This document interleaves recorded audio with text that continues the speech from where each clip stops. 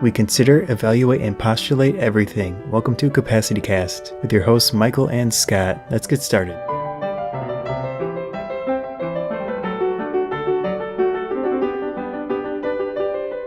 Virtual reality. Are we in it? No. Virtual reality. Where is it right now and where is it going, technology-wise? That's a good question. But if you do know if we're in it, that would be good to know too. Yeah, it would definitely be good to know. We can talk about that in the future. Definitely. That's roughly the lay of the land with VR right now is there are, three main headset providers. Got the Oculus, HTC Vive, is it? Mm-hmm. What's the other one? The PlayStation Pro VR. Yeah, I've used the PlayStation one. How is that? It was nice. Friends, they bought one and they had the basic, the first games that came out. There was one where you could go in this roller coaster thing and then you shoot stuff in a circus with a horror aspect to it. I have had two experiences with VR. One is actually, I think, one of the main ones, and it's just so different than the others. Google Cardboard. Okay. I don't know if you've used that, but no. It costs $15. Yeah. You put your phone in and do it. Mm-hmm. And I was walking around on an island looking at butterflies or something like that, and then fish. Just really simple applications. Worked relatively well. It did, yeah. Okay. I think the wow, I get it feeling with VR is when you react to an elevation change or seeing something really far below you. I had got with the PlayStation one, that roller coaster thing, you'd get the feeling in your mind, but you're not actually. So as far as where is it going, I think as long as it can create that feeling in people, people are going to want to experience that, and so we're going to keep having more of it in some way. But then the other way real quick was that the Vive was at a restaurant trade show, NRA, and they were showing how to use this assembly line sort of system for moving food around in your restaurant kitchen. Okay. You could watch it. You could toss the fries then put it in the bag, and then the bag would get picked up and go across the restaurant. So that's cool. Yeah. So we've got three different applications there. One's kind of gaming, one's a sort of audio visual, one's kind of a business application. Mm-hmm. They work relatively well, even right now. I know we're trying to keep it focused on where is it going, but I think the current limitations has something to do with that. So what do you think is the worst part about it right now? Well, a lot of the games are focused. You're in some stationary position or you're in a vehicle that moves around and you just sit, which works relatively well with how it's set up now, because the majority of VR experiences, there are ones now where you can walk around. I haven't tried those, but that's a thing. But it needs to be more in the future. But the problem comes with you need a dedicated space, or you need some type of device that's like a treadmill and you walk on it. Yes. So moving forward, that might turn into a big thing, or it might just not, and then VR will die out. Not totally die out, but it won't be as big as a lot of people hope. Mm-hmm. Yeah, I tend to think that I think we will see more dedicated spaces built for VR, which is essentially what that is. You have to have a dedicated space if you're going to experience moving around. Mm-hmm. But I think we'll see that for businesses that do specialized training, maybe. Like you could imagine a large manufacturing company, who's hiring 1,000 people a month, putting them through the same room. That's pretty specialized. And then as far as entertainment goes, it's going to be like a carnival ride. Yeah. It's not something you do a lot. Although I'll say I would personally not want to do it because I don't want the germ aspect going of sticking a thing on my face and head. That's a very good point. Actually, I did not think about that. Yeah. But that's sort of what's expected, right? Like I guess when I went to that restaurant show, I just put on a headset that someone else just had on their head. Yep. So not everyone's going to be comfortable with that. Yeah, I'm not. That would be a big consideration for me. Mm-hmm. And I'm sure in the future there might be ones designed to be, you stick something in that's a one-time use for a person. Mm-hmm. That'll be a thing, but it's not. I don't think it'll be used a lot. Mm-hmm. Or some kind of quick sanitizer, like some sort of little spray alcohol cloud or whatever. Yeah. I guess that could be said about anywhere you go to the movie theater, which I go to, and the chairs aren't sprayed or anything, I would assume. Yeah, there's such a difference though between the back of your pants and then your head. Well, your face being the back of your head would usually touch the chair in most movie theaters. Oh, that is something a shorter person would say. I'm just kidding. Oh, yeah.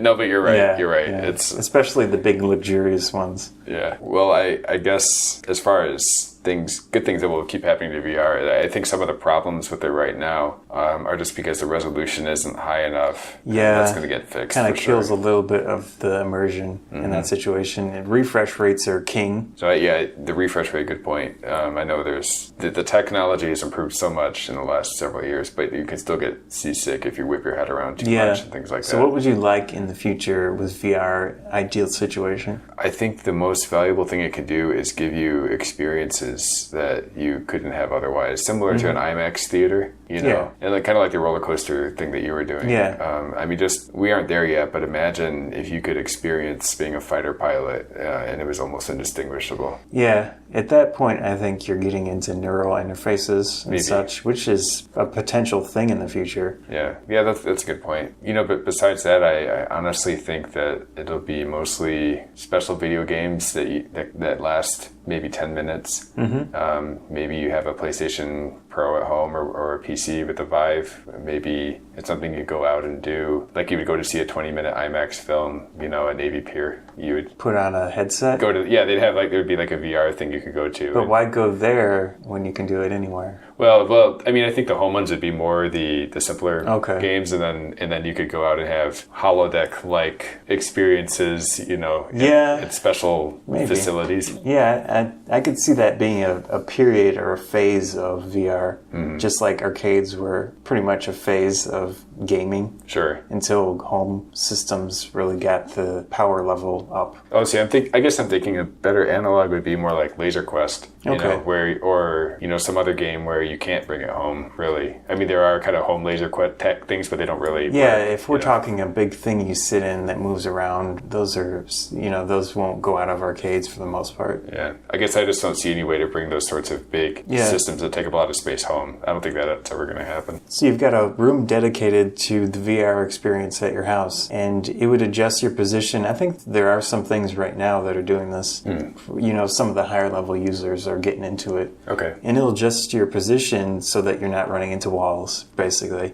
Yeah. That way you can walk around and get that full experience going. Sure. That's a pretty good point. I'm sure there will be, if it isn't already happening, games will be able to deal with irregular room shapes and things like that dynamically. I'd personally like to see VR get more into the creative aspect. You put on the VR headset, you have really fine control gloves or something like that. Let's say you want to make a 3D model of something and you're shaping it like clay with your hands that you almost would in real life, but it's even easier in VR because there's no resistance or anything for the material. An interesting demo at the most recent Apple developer conference you may have seen. A team from Industrial Light and Magic, they were, and I don't know which software this is working with, but essentially they had a virtual reality 3D modeling workshop where they were creating a Star Wars scene and they were just pulling models out of thin air. They could zoom and they could transport themselves around the area, and they could use natural hand gestures to position things, and it was more to demonstrate their 3D graphics, their graphics API, but the idea of being in the world you're creating as you're building it is... that would be great. It would be great. It would be very cool to do as an experience, and then I'm sure you would get great results from it if you could really... Definitely. That would be my ideal use case to actually buy one in the future, would be creative stuff. But the games are cool too. Definitely. Well, my prediction is we'll see a good virtuous cycle between those creative tools and then the entertainment products, that come out of them, where they'll each keep making the other one better. Yeah. I think the ideal situation where you've got a place dedicated, some type of business, would be without any type of headset, which I don't know if that'll be possible from a physics standpoint. That would be neat. In the future, but the real holodeck would be the ideal type thing. So some sort of hyper-targeted projection that goes right into your pupils? I don't know. It really depends on how they can make it work. I think that's doable. And we have that with sound now. I believe we can target sound so you can only hear it in certain spots. As long as you can track the ears and the eyes fast enough, you might be able to do that. But regular VR, as it is with the headset and the either controls or gloves or whatever, will eventually whittle down into the personal space, just like game consoles have with, compared to arcades and such. I totally agree with that. I mean, I think it's guaranteed that the cost is going to go way down. The weight's going to go way down. Yeah. We're going to fix things like how it's hard to read text inside VR applications right now. Another way I think it's going to go is kind of the AR route, or the very cheap, low-end VR route, you know, with your phone, you know, and not Google Glass, Google Cardboard or whatever. Yep. I mean, I think there are a lot of VR applications where really you don't need to wear anything or actually see it right in front of your face. If you can just hold your phone up and just look at something and see an overlay. Oh, the augmented reality? Yeah. I think that's good enough for a lot of what people want VR to do. Which we haven't even mentioned with Microsoft's augmented reality thing. What is it called? The HoloLens? Yeah, HoloLens. That's cool. Another aspect. And that's really well targeted to the creative side too, is that you can imagine different furniture for your house or something, which is a cool aspect. Definitely. That's a good point too, because that also solves the how do we actually get this inside the home in a big way. Yeah. It seems to have that capability, or it will anyway. All right, do you have any other thoughts on VR moving forward? I just can't wait to permanently Yeah. live inside the virtual world. Oh, okay. Never come back again.